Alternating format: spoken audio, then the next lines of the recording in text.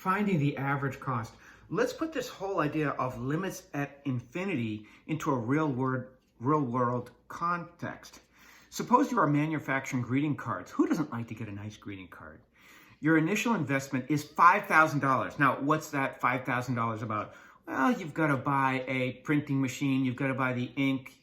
You have to turn the lights on. Maybe you have to rent a little place. And so once you do that, you buy some cards, and it turns out that for every card you make, it costs you about 50 cents to produce. So if you had to pay $5,000 for the first and last month's rent and a bunch of ink and the lights and electricity and paper, and then for every card you produce, well, you've got to pay workers and pay for electricity, and these costs are ongoing. So it turns out that it costs you 50 cents per card that you produce. So your two costs are the overhead to start the business up, and then the 50 cents for every card that you make.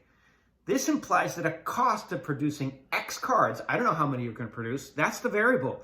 You want to produce one card? Well, then that'd be one expensive card. If you set up shop $5,000 and then made just one card, well, of course, your bill would be $5,000.50 because we'd say your cost would be the initial setup plus 50 cents times each card that you make, with that being the variable. So how silly would it be to just make one card? That'd be maybe if you gave it to your parents, they'd be very happy, say, what a precious card this is, $5,000.50.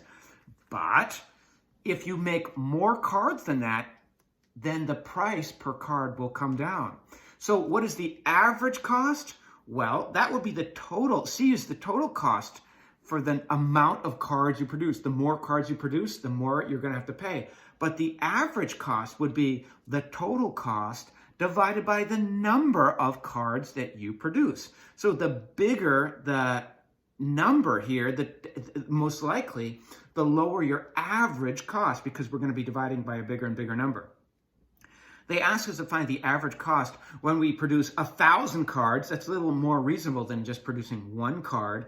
10,000 cards, and how about as X gets extreme, dude, towards infinity? Well, if you recognize this as being a rational function, here it is. C of X is equal to 0.50x plus 5,000 divided by X. That was our rational function with exponent of 1, sorry, my ink is out of that, exponent of 1 and exponent of 1.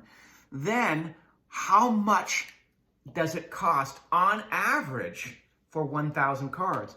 Well, we take our total cost, which will be 0.5 times 1,000 plus 5,000 divided by, if we made 1,000 cards, then we're going to get price per card.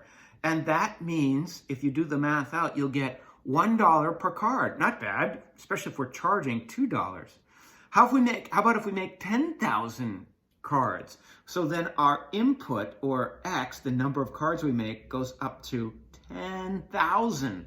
Well, because our denominator is bigger, we're hoping that the price per card goes down. And it does. If you crunch the numbers here, you'll see that it's 55 cents per card. Even better, if we're charging $2 per card, then we'll be making $1.45 on each card. How about, what's the maximum profit we could make if we're charging $2 a card?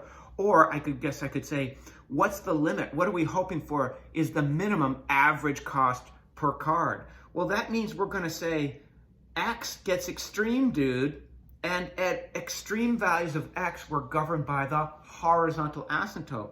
Now, the horizontal asymptote here is top heavy, bottom heavy are equal. They're equal. Go to the lead coefficients. 0.5 over 1 is the same as 1/2, or 50 cents. So that's as low as we could, under these conditions of this setup for our card manufacturing store, the lowest we can hope for average price per card is 50 cents. We can't get cheaper than that. So clearly, we want to charge more than 50 cents if we're going to stay in business.